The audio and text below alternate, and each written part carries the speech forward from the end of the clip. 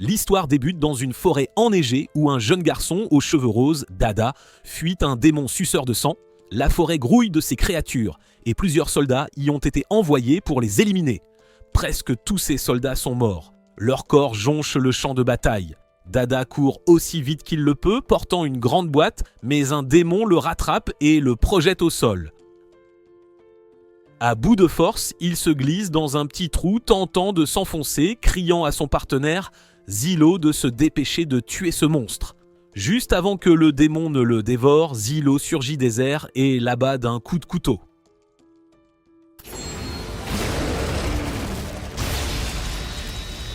Ensuite, Zilo tente de maintenir Dada immobile pour arrêter l'hémorragie, mais Dada souffre atrocement, il gigote et dit à Zilo de l'achever, affirmant qu'ils le ressusciteront de toute façon plus tard. Zilo refuse, disant qu'il ne veut pas transporter le corps sans vie de Dada sur tout le chemin du retour. Il frappe alors Dada pour le ramener à la raison et lui dit de ne pas prendre la résurrection à la légère. Zilo explique que la résurrection n'est pas un simple miracle. C'est un processus brutal qui arrache leurs âmes de l'enfer et les force à réintégrer leur corps. Cela provoque aussi de graves effets secondaires, altérant les souvenirs et le sens de l'identité. Zilo se demande si Dada a oublié cela, étant mort trop de fois. Après l'avoir entendu, Dada se calme enfin. Zilo chauffe alors sa lame et l'applique sur la blessure de Dada pour la cautériser par thermofusion. La douleur est insupportable et Dada hurle à travers la forêt. Une fois le saignement arrêté, il s'assoit près d'un petit feu. Zilo dit à Dada que les démons, appelés fées, avancent en une armée de plus de 5000. Dada est choqué et demande comment eux deux seuls sont censés affronter autant de monstres. Zilo lui dit qu'ils ne sont pas là pour tous les combattre. La forêt sera bientôt dévorée par le fléau démoniaque. Leur tâche est donc de soutenir les chevaliers sacrés jusqu'à ce qu'ils puissent en battre en retraite en toute sécurité. Après cela, ils se retireront aussi. Zilo sait que Dada est terrifié, alors il le prévient de ne même pas songer à fuir. Il rappelle à Dada les marques sur leur cou, qui les tuerait définitivement s'ils désobéissaient aux ordres ou tentaient de s'échapper. C'est la vie qui leur a été donnée et ils n'ont d'autre choix que de l'accepter. Zilo se lève et dit qu'il devrait partir, mais il remarque soudain un étrange cercueil mystique tout près. Il sait immédiatement que c'est l'œuvre de Dada. Comme Dada est un voleur invétéré qui dérobe des choses juste parce qu'il le peut, il se prépare et ouvre le cercueil, s'attendant à y trouver le corps d'un noble ou d'un chevalier de haut rang.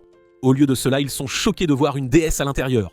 Dada n'a aucune idée de ce qu'est une déesse. Alors Zilo explique que les déesses étaient des armes vivantes créées il y a de nombreuses années pour combattre le seigneur démon. Dada se souvient avoir entendu des histoires à leur sujet, mais il n'aurait jamais imaginé qu'une d'elles ressemblerait à une fille aussi mignonne. Soudain, un puissant corps résonne à travers la forêt. Il se précipite au bord d'une falaise pour observer. Zilo pense que c'est une unité de reconnaissance signalant les autres soldats, mais Dada remarque un groupe de chevaliers sacrés en contrebas, submergés par plusieurs fées. La plupart des chevaliers sont dévorés vivants, et seul leur chef est assez habile pour continuer à se battre. Voyant cela, Dada dit à Zilo qu'il devrait en fuir et trouver un endroit où se cacher. Zilo cependant constate que tous les soldats ne sont pas encore morts, certains sont encore à peine en vie et se battent. Il décide que le meilleur choix est d'aider au moins la moitié des chevaliers sacrés à s'échapper, car sauver plus de gens augmentera grandement le succès de la mission. Il prend sa décision et déclare qu'ils les sauveront avant le coucher du soleil. C'est alors que leur plan change, la déesse à l'intérieur du cercueil se réveille soudainement et marche calmement vers eux. Elle salue Zilo, l'appelant le chevalier responsable d'elle. Elle dit qu'elle les aidera à vaincre les fées en contrebas et garantira leur victoire, à condition qu'ils la louent et lui caressent la tête. En entendant cela, Zilo est certain d'une chose, ce désir insatiable de louanges et d'attention prouve sans l'ombre d'un doute qu'elle est bien une déesse.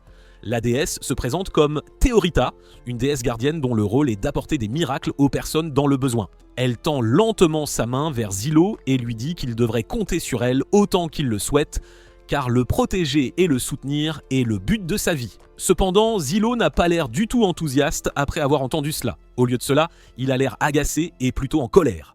Il trouve toute cette situation complètement ridicule car il déteste les déesses et déteste absolument l'idée de dépendre de qui que ce soit d'autre. Zilo dit sèchement à Dada de la surveiller, puis saute immédiatement de la falaise sans hésitation pour aller sauver les chevaliers en contrebas. Il agit ainsi car il préfère travailler seul et se considère comme un loup solitaire qui n'a besoin de l'aide de personne. Dada, qui a naturellement une très bonne vue, sort ses jumelles et les utilise pour scanner attentivement le champ de bataille. Il donne ensuite des indications à Zilo, lui disant où les monstres sont les plus nombreux et où les combats sont les plus intenses. Alors que Zilo descend la falaise, la chose suivante qu'il remarque est Theorita apparaissant soudainement juste à côté de lui en plein vol. Irrité, il lui demande ce qu'elle pense faire ici. Theorita lui rappelle calmement qu'il est son chevalier, ce qui fait de son devoir de rester à ses côtés en tout temps, de le protéger quoi qu'il arrive et de s'assurer qu'il remporte la victoire. Entendre cela ne fait qu'énerver davantage Zilo, car il déteste l'idée de dépendre d'une autre personne. Il lui dit qu'il n'a absolument pas besoin de son aide. Juste après, Zilo scelle sa lame avec une chaleur intense et la lance droit sur l'une des fées. La lame explose à l'impact, provoquant une explosion massive qui secoue la zone. La déflagration attire avec succès l'attention des autres fées, les tirant vers Zilo et loin des chevaliers sacrés. Exactement comme il l'avait prévu. Zilo dit alors à Theorita de trouver un arbre et de se cacher derrière pendant qu'il s'occupe des monstres seul. Zilo charge droit dans le combat, tête baissée. Même s'il est largement en infériorité numérique, il réalise une performance incroyable, abattant chaque fée qui l'attaque sans hésitation. Dada finit par rejoindre la bataille également. Il est clairement effrayé au début, mais il parvient à rassembler son courage et à vaincre l'une des fées seule, se surprenant lui-même. Pendant ce temps, Theorita peine à suivre le rythme effréné de la bataille. Tandis que Zilo continue de se battre, il est soudainement coupé à la jambe, ce qui le laisse vulnérable à une attaque latérale. Il est à deux doigts d'être dévoré quand Dada le sauve en tirant de la magie sur la fée attaquante. Zilo remercie rapidement Dada pour son aide et se précipite immédiatement vers l'essaim de monstres suivants sans ralentir. Au moment où la nuit tombe, toutes les fées ont enfin été vaincues. Les chevaliers se rassemblent autour d'un feu de camp pour se reposer après la bataille. Zilo, complètement épuisé par tous les combats, s'assied sur un rocher voisin pour reprendre son souffle. Le chef des chevaliers s'approche pour le remercier de son aide. Mais après avoir examiné de plus près la marque sur le cou de Zilo, son expression change soudainement. Il tire son épée après avoir réalisé que Zilo est un héros pénal. Être sauvé par un héros pénal pourrait sérieusement nuire à leur réputation. Les chevaliers sont donc clairement mécontents. Theorita s'avance pour défendre Zilo, mais le chef des chevaliers réalise immédiatement qu'elle est une déesse. Les chevaliers commencent à interroger Zilo sur quand et comment il a réussi à mettre la main sur une déesse. Theorita remarque que la situation est soudainement devenue très tendue et commence à regretter d'être intervenu. Une bagarre est sur le point d'éclater quand Dada tente de calmer tout le monde. Avant que quoi que ce soit ne puisse arriver, ils sont soudainement interrompus lorsque leur compagnon Venetum parle à travers leur sceau de communication. Venetum annonce que la situation est devenue extrêmement dangereuse. Il explique que la force principale des chevaliers sacrés a commencé à avancer vers le fléau démoniaque. Zilo frissonne de choc en entendant cela. Venetum ajoute ensuite que les soldats qui se regroupaient dans la forêt ont déjà formé une ligne de bataille contre le fléau démoniaque, prévoyant d'arrêter son avancée là même. En entendant tout cela, Zilo interroge les chevaliers sur qui leur a donné de tels ordres imprudents et dangereux en premier lieu. Cependant, en regardant leurs expressions, ils réalisent vite que personne ne les a forcés. C'était une décision qu'ils ont prise d'eux-mêmes. Leur chef l'admet ouvertement et dit qu'ils croient tous profondément au règne et au leadership de la commandante Kivia. En raison de cette conviction, ils sont entièrement prêts à sacrifier leur vie pour ce qu'ils considèrent comme le bien commun. Venetum prend la parole à ce moment-là et explique pourquoi laisser mourir les chevaliers sacrés serait un désastre absolu. Il dit à Zilo que si plus de la moitié des chevaliers sacrés sont tués, toute l'opération de l'unité des héros serait qualifiée d'échec massif. Si cela arrive, ce serait extrêmement grave pour Zilo. Il ne mourrait pas simplement, même après avoir été ressuscité, il serait brûlé sur le bûcher en guise de punition. En entendant cela, l'expression de Zilo devient sérieuse. Il demande à Venetum où les chevaliers sacrés prévoient d'intercepter l'ennemi. Venetum vérifie rapidement sa carte et répond que les chevaliers sacrés se positionnent actuellement au point de passage le plus sûr le long de la rivière Persol. Après avoir entendu cela, Zilo se tourne vers les chevaliers sacrés et leur dit que s'ils pensent à se regrouper avec les soldats principaux, ils devraient l'oublier. Il explique que cela ne ferait qu'entraver leur progression et aggraver les choses. Cependant, les chevaliers sacrés ne sont pas d'accord, ils disent qu'ils sont entièrement prêts à vivre et mourir pour leur commandante et refusent de reculer. Malgré tout, Zilo leur conseille de se diriger vers le sud et de battre en retraite à la place. Il leur dit qu'il a déjà repoussé les fées qui ont écrasé l'unité gorille. Donc, se replier est l'option la plus intelligente. Le chef des chevaliers serre les dents, réalisant que Zilo a raison et qu'ils n'ont vraiment plus beaucoup de choix. Le chef demande alors à Zilo s'il compte vraiment couvrir leur retraite. Zilo répond sans hésitation et dit que c'est exactement ce qu'il a l'intention de faire. Il appelle Dada et lui dit de continuer l'opération comme prévu et de guider les chevaliers sacrés vers leur point de retraite afin qu'ils puissent éviter d'être anéantis. Dada est fortement en désaccord avec ce plan car il pense que Zilo risque sa propre vie juste pour sauver les chevaliers sacrés. Zilo répond en lui disant qu'il n'y a pas d'autre option. Si les chevaliers sacrés meurent, alors ils sont finis aussi. Pendant ce temps, les chevaliers sacrés postés à la rivière Purcell commencent leur bataille alors que les monstres commencent enfin à approcher. Utilisant leur équipement militaire et leur formation, ils réussissent à vaincre la première vague de monstres. Cependant, la situation devient rapidement plus dangereuse lorsqu'il est révélé que la force ennemie inclut un troll géant. En réponse, les chevaliers activent de leur grande lance de foudre et l'utilisent ensemble pour abattre la créature massive. De loin, Zilo et les autres observent la bataille se dérouler. Zilo étudie attentivement l'armée en contrebas et réalise qu'il ne reconnaît absolument pas ses soldats. En fait, il n'a jamais vu leur blason militaire auparavant. À cause de cela, Dada pense qu'il n'y a aucune raison pour eux de s'impliquer à ce stade. Cependant, alors que Zilo continue d'observer, il remarque que les soldats sont lentement submergés par la puissance et le nombre croissant des fées. Voyant cela, il suggère qu'il devrait descendre et offrir un peu de soutien. Mais quand il se retourne pour parler à nouveau, il réalise que Dada est déjà parti. Tout ce qui reste est une note que Dada a laissée derrière lui. La note dit à Zilo d'aller de l'avant et de faire son affaire, tandis que Dada part de son côté pour voler tout ce qu'il peut trouver de précieux aux chevaliers. Voyant que Dada a fait un coup pareil, Zilo serre les dents et se jure qu'il va tuer Dada la prochaine fois qu'il mettra la main sur lui. Sa colère a à peine le temps de se calmer avant que quelque chose d'autre n'attire son attention. Zilo aperçoit soudain un grand essaim de fées se déplaçant silencieusement dans les airs, se préparant clairement à tendre une embuscade à l'armée de la commandante Kivia par le flanc. Réagissant instantanément, Zilo active un saut de vol et fonce dans les airs vers elle. Il atteint l'essaim juste à temps et commence immédiatement à attaquer. Utilisant ses couteaux magiques, il abat autant de fées qu'il le peut, se déplaçant sans arrêt et sans hésitation. La bataille se prolonge pendant plusieurs minutes intenses, mais Zilo ne ralentit pas. Au final, il parvient à anéantir complètement tous les saints à lui seul. Après le combat, la commandante Kivia s'approche de lui à cheval, elle le regarde attentivement et lui demande qui il est et pourquoi il est ici sur le champ de bataille. Avant que Zilo ne puisse répondre, Theorita apparaît soudainement de nulle part et lui reproche bruyamment de l'avoir abandonné plus tôt. La commandante Kivia reconnaît immédiatement Theorita comme une déesse, ce qui ne fait qu'accroître sa curiosité quant à la raison pour laquelle une déesse suit cet homme étrange. Zilo a l'air agacé et pousse nonchalamment Theorita en avant, disant à Kivia qu'il n'a encore conclu aucun pacte avec elle. Il dit même qu'ils peuvent la prendre s'ils le veulent. Theorita, cependant, s'est déjà attachée à Zilo et ne se sent pas à l'aise d'être séparée de lui. Elle reste près de lui malgré ses paroles. Pourtant, la commandante Kivia n'accepte pas cela comme une explication valable et exige que Zilo explique exactement ce qui se passe. Zilo se détourne au lieu de répondre, il lui dit que ce n'est vraiment pas le meilleur moment pour de longues explications. Alors qu'il fixe l'horizon, il voit clairement le Seigneur Démon se rapprocher de plus en plus, le danger est évident. Soudain, une nouvelle vague de démons apparaît et commence à avancer droit vers leur position. Les soldats paniquent en voyant les ennemis approcher et commencent à tirer leurs canons sans attendre les ordres de la commandante Kivia. Cependant, leurs attaques échouent à cran. Le Seigneur Démon crée un puissant champ de force qui dévie facilement les tirs de canon. Voyant cela, Zilo comprend immédiatement que les attaques à longue portée sont inutiles et qu'ils devront plutôt compter sur le combat rapproché. Il demande rapidement à la commandante Kivia s'ils ont un bélier ou une catapulte prêt à l'emploi. Kivia secoue la tête et lui dit que ses armes sont encore en préparation à la capitale et ne sont pas encore arrivées. La commandante Kivia envisage brièvement de mobiliser encore plus d'unités pour renforcer les lignes de front. Cependant, Zilo l'arrête immédiatement. Il lui dit que faire une chose pareille serait une idée stupide, car cela ne mènerait qu'à davantage de morts inutiles.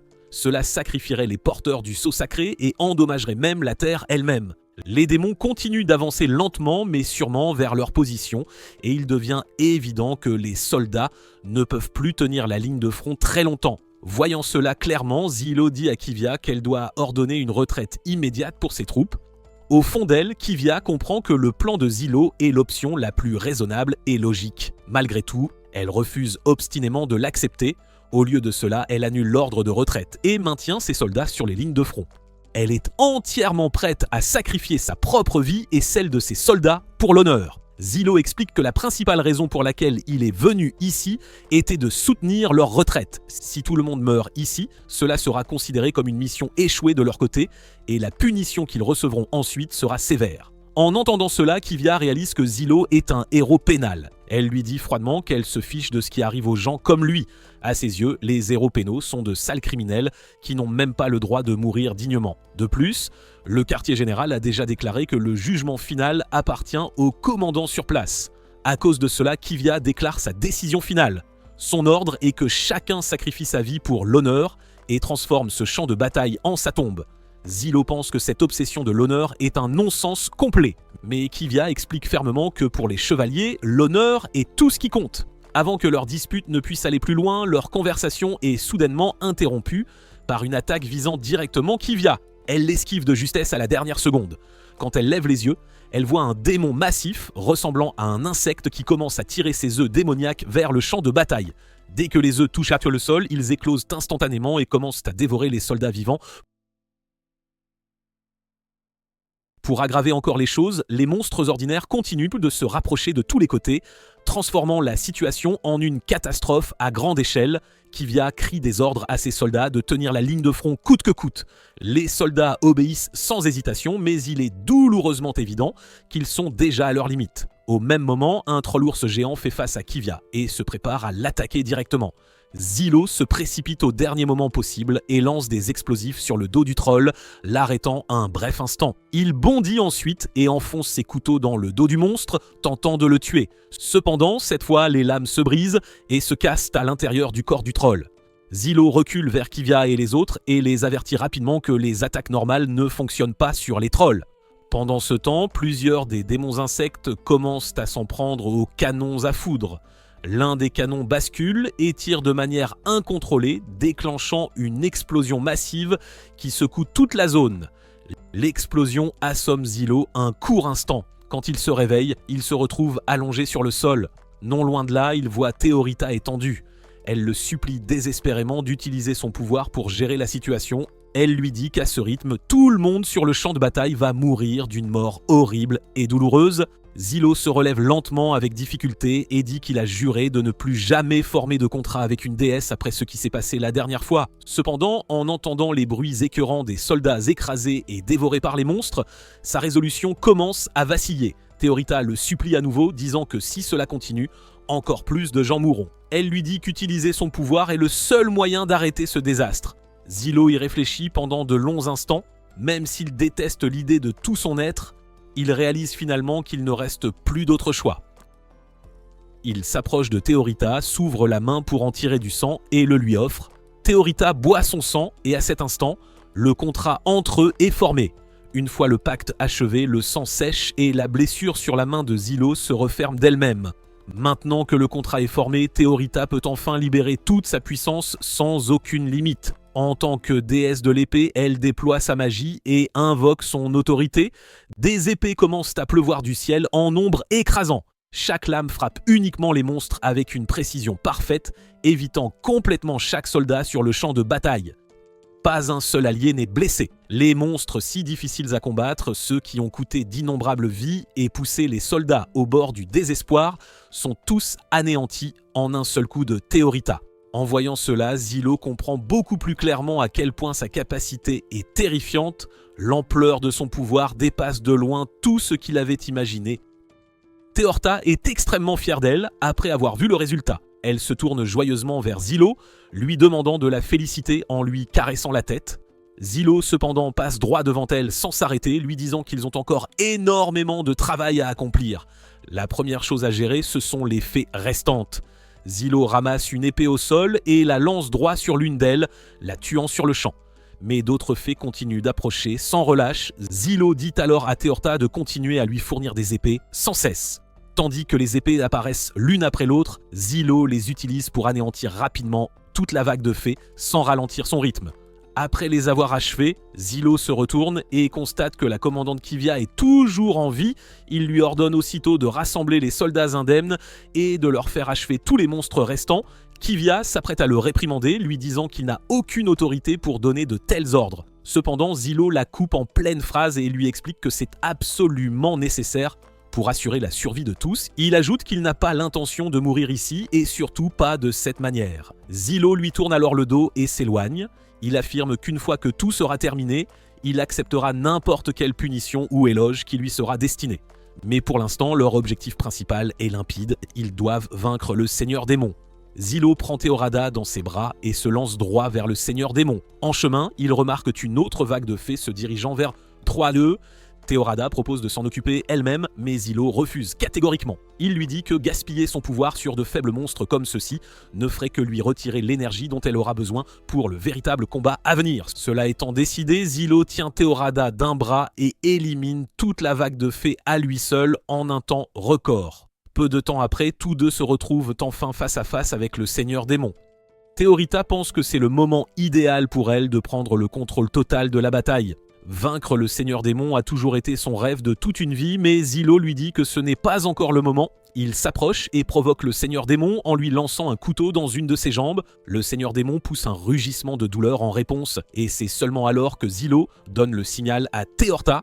Il lui dit de dégager un chemin. Théorta déploie sa puissance une fois de plus et fait pleuvoir des épées du ciel, écrasant complètement la vague de fées qui se tenait entre eux et le Seigneur Démon. Le chemin étant dégagé, Zilo se propulse vers le haut et affronte le Seigneur Démon de front. Il est sur le point de donner son prochain ordre à Théorada, mais elle comprend déjà parfaitement ce qu'il désire. Sans attendre, Théorada invoque une épée mystique massive, emplie de pouvoirs divins.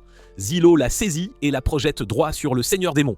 L'impact provoque une violente explosion qui secoue tout le champ de bataille. Zilo retombe au sol, Théorita toujours dans ses bras.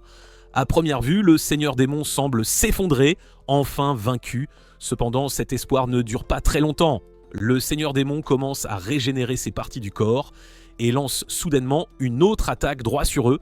L'instant d'après, Zilo perd connaissance. Quand il rouvre les yeux, il voit Théorada tentant désespérément de le réveiller. Elle lui demande à quel point il est blessé, surtout après qu'il ait utilisé son propre corps pour la protéger à la dernière seconde.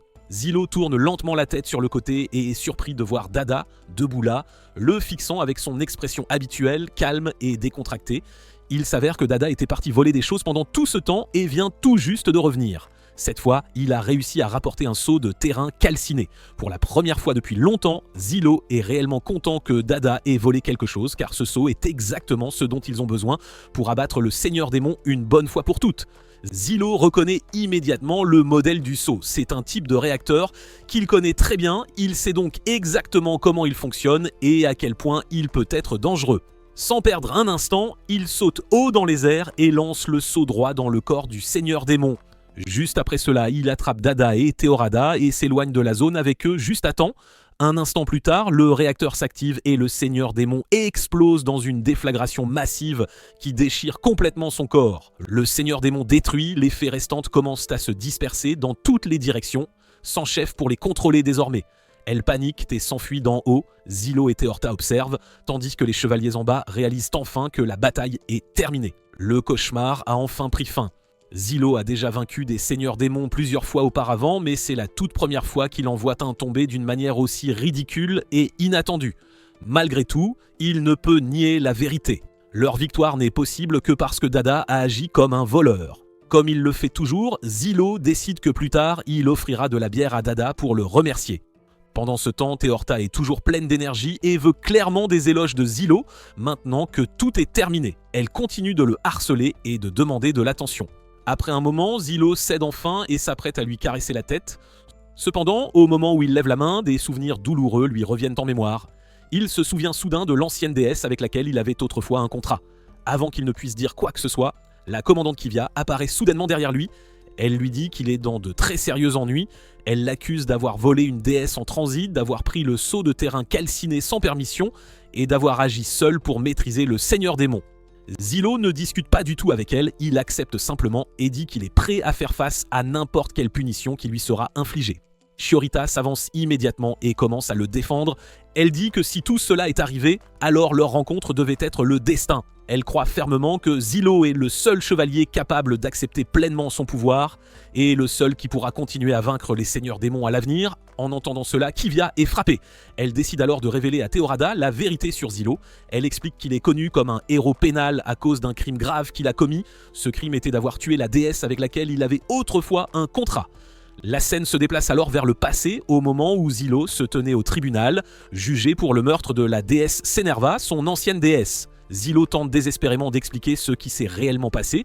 Il leur dit que Senerva était obsédée par les éloges et la validation. Elle voulait vaincre le seigneur démon par elle-même et être célébrée par l'armée entière. À cause de ce désir, elle s'est poussée bien au-delà de ses propres limites. Elle est finalement devenue sans défense et a commencé à perdre son pouvoir. Voyant cela, Zilo dit qu'il a choisi de mettre fin à sa vie pour lui épargner un sort bien pire. Il poursuit en expliquant que ce qui arrive à une déesse après qu'elle ait perdu son pouvoir n'est pas une mince affaire. Avec le temps, elle aurait été corrompue par la peste démoniaque et se serait transformée en un monstre sans esprit. Il les avertit que cette corruption pourrait même mener à la naissance d'un seigneur démon maniant le pouvoir d'une déesse. Zilo insiste sur le fait que Senerva comprenait aussi cette vérité. Elle avait déjà commencé à sentir la corruption s'installer, c'est pourquoi c'est elle qui lui a donné la permission de la tuer. Malgré tout ce qu'il dit, le juge refuse de croire son histoire. Le juge est convaincu que Zilo n'est rien de plus qu'un dangereux meurtrier. Il rejette complètement l'idée qu'une déesse puisse être corrompue après avoir perdu son pouvoir, affirmant qu'aucun cas de ce genre n'a jamais été signalé. Zilo continue de discuter, essayant désespérément de convaincre le tribunal qu'une déesse corrompue serait l'une des menaces les plus dangereuses imaginables. Avant qu'il ne puisse dire quoi que ce soit de plus, les gardes le maîtrisent soudainement. Ils le forcent au sol et commencent à le battre sans pitié. C'est à ce moment-là que Zilo comprend enfin que prouver son innocence est tout simplement impossible. Ce procès n'a jamais été destiné à être juste. C'était un coup monté depuis le tout début. Le juge prononce alors la sentence finale. Zilo est déclaré héros pénal. À cet instant précis, Zilo fait un vœu silencieux. Il jure qu'un jour, il trouvera les personnes qui l'ont piégé, lui et ses chevaliers sacrés, et quand il le fera, il les tuera jusqu'au dernier. C'était le premier épisode. Abonnez-vous pour ne pas manquer la suite et regardez la prochaine vidéo qui s'affiche à l'écran.